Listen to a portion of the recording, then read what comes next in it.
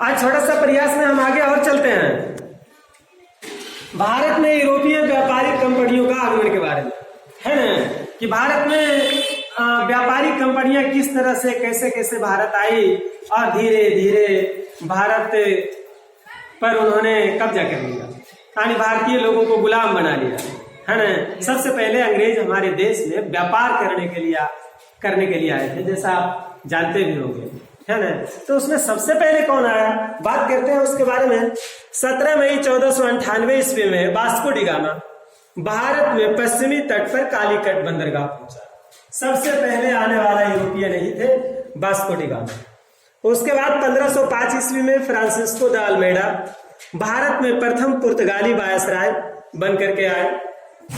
1509 ईस्वी में Alfonso de Albuquerque Bharat में पुर्तगालियों का वायसराय बना।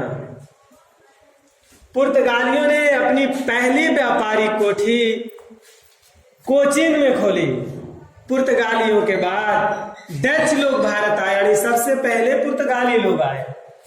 डच 1605 में पहली व्यापारिक कोठी मसूलीपट्टम में खोली। डचों ने भारत में पहली बार वेतन भोगी कर्मचारी रखना प्रारंभ किया। 31 दिसंबर 1600 ईस्वी में अंग्रेजी ईस्ट इंडिया कंपनी की स्थापना की गई।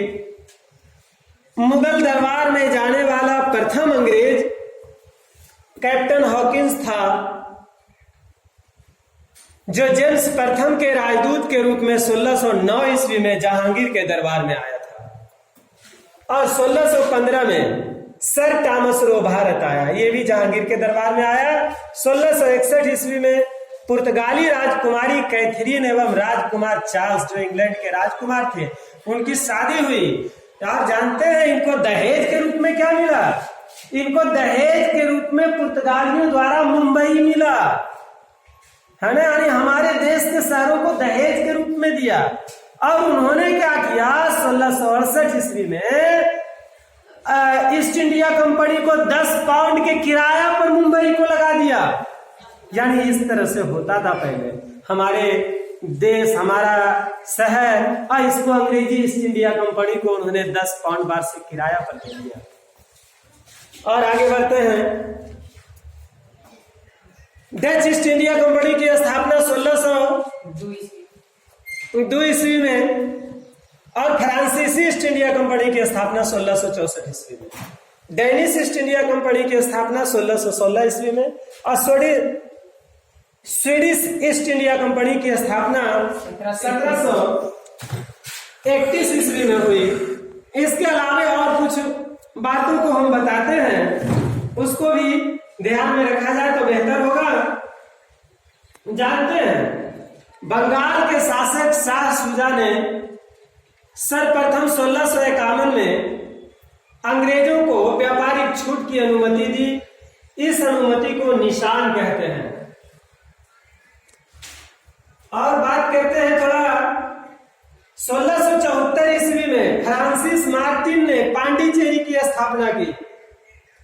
1698 ईस्वी में अंग्रेजी ईस्ट इंडिया कंपनी ने 3 गांव का नाम है सूतानुती, कालीकट और गोविंदपुर की जमींदारी 1200 रुपए भुगतान कर प्राप्त की और वहां पर कोर्ट विलियम का निर्माण किया। चार्ल्स अय्यर कोर्ट विलियम्स के प्रथम प्रेसिडेंट हुए। कालांतर में यही कलकत्ता नगर कहलाया, जिसकी नींव जॉर्ज चारनॉग ने रखी थी। भारत में फ्रांसीसियों की प्रथम कोठी फ्रैंको कैरो के द्वारा सूरत में 1668 ईस्वी में स्थापित की गई। प्रथम कर्नाटक युद्ध 1746 से 48 ईस्वी में ऑस्ट्रिया के उत्तराधिकार युद्ध से प्रभावित था। 1748 ईस्वी में हुई ला शापल की संधि के द्वारा ऑस्ट्रिया का उत्तराधिकार युद्ध समाप्त हो गया। 1761 में अंग्रेजों ने पांडिचेरी को फ्रांसीसियों से छीन लिया। 1763 ईस्वी में हुई पेरिस संधि द्वारा अंग्रेज कैद से अन्य प्रदेशों को लौटा दिया और 1749 ईस्वी तक फ्रांसीसी कब्जे में थे। ये प्रदेश भारत की आजादी तक फ्रांसीसियों के कब्जे में रहा। इस तरह से जो है अंग्रेजी ईस्ट इंडिया कंपनी और यूरोपीय लोग धीरे धीरे धीरे धीरे हमारे देश पर हावी हो गए और इसको गुलाम बना लिया। इसके बाद हम लोग और अगली बार इससे आगे की बात करेंगे, देखते रहिए।